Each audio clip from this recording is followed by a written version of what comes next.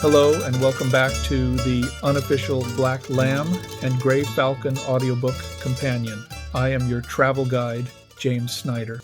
In this episode, we follow Rebecca West's party on a motorcar expedition down the Adriatic coast.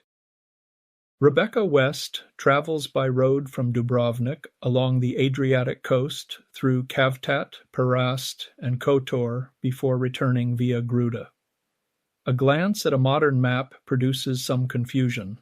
Perast and Kotor are in neighboring Montenegro, which West visits and documents later in the book. But in the mid-1930s, Perast and Kotor were part of Dalmatia. Not incidentally, both towns were occupied by Italy during World War II. In Cavtat, West recounts the story of Cadmus from Greek mythology, quoting Ovid's account of the transformation of Cadmus and his wife into harmless snakes. Herpetological legend aside, Cadmus is purported to have been buried here. Cadmus was the original Greek hero predating Heracles, the founder of Thebes and father of the Phoenician alphabet. As a result of his export of literacy, West argues, Cadmus was the nemesis of Pan, who was once the subject of a cult here. West was a much better linguist than she is credited for. She studied Latin in secondary school, not Greek, she notes in her interview with Marina Warner in the Paris Review, in case we fell into the toils of the heretical Eastern Orthodox Church. Latin provides a solid foundation for learning the Romance languages, including French and Italian, both of which West spoke. But studying a formal, dead language also taught her to learn other languages on her own, including German and Serbo-Croatian, which she applies to certain characters later in the book. In Greek mythology, Cadmus is the father of Illyrius, the King Arthur of the Western Balkans. It is from his son that we have the ancient state of Illyria, which was, in effect, the first union of southern Slavs, a Canaanite Yugoslavia. For himself, Cadmus is best known as a dragon slayer. St. Jerome narrates how Cadmus coaxed a monster from its cave to Epidaurus, where it burned to death on a pyre. Epidaurus later became Cavtat, likely the Slavic homonym of the Latin civitas. In Perast, West describes a valley which cannot be true, which are an obvious Munchausen.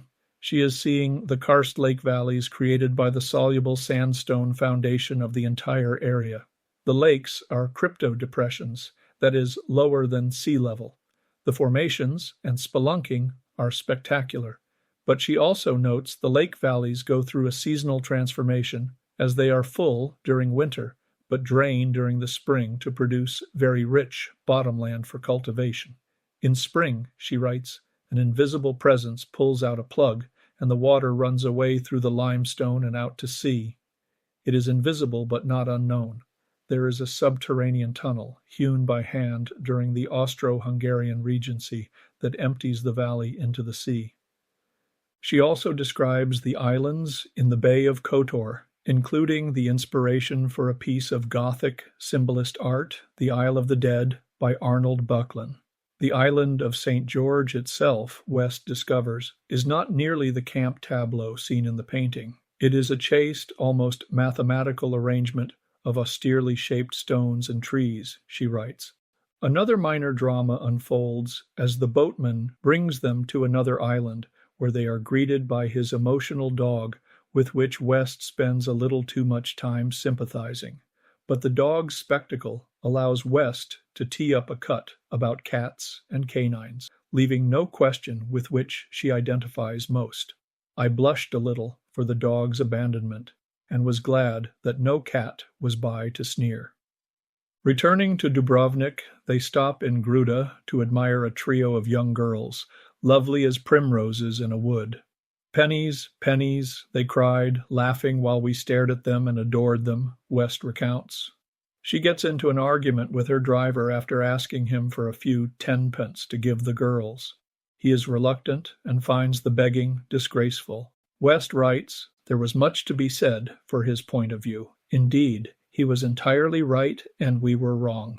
but they were so beautiful, and in spite of their beauty, they would be poor all their lives long, and that is an injustice I never can bear. It is the flat violation of a promise. Women are told from the day they are born that they must be beautiful, and if they are ugly, everything is withheld from them, and the reason scarcely disguised. It follows, therefore, that women who are beautiful should want for nothing. This is not as straightforward and retrograde an evaluation of gender as it may appear at first glance.